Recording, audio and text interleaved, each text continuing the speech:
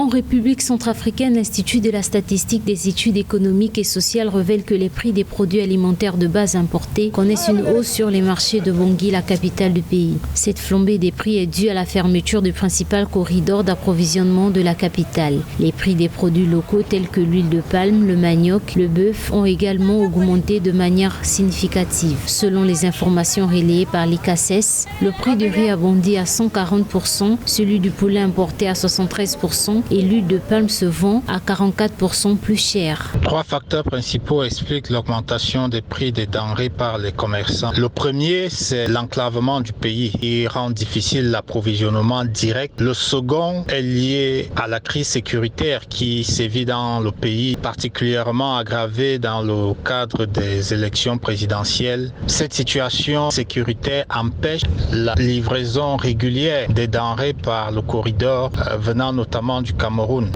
Et on a pu observer ces dernières semaines, même si la situation s'est relativement débloquée, qu'il y a eu un nombre important de camions qui ont été bloqués à la frontière du Cameroun. Cette nouvelle hausse des prix est plus forte que celle enregistrée au début de la pandémie du Covid-19.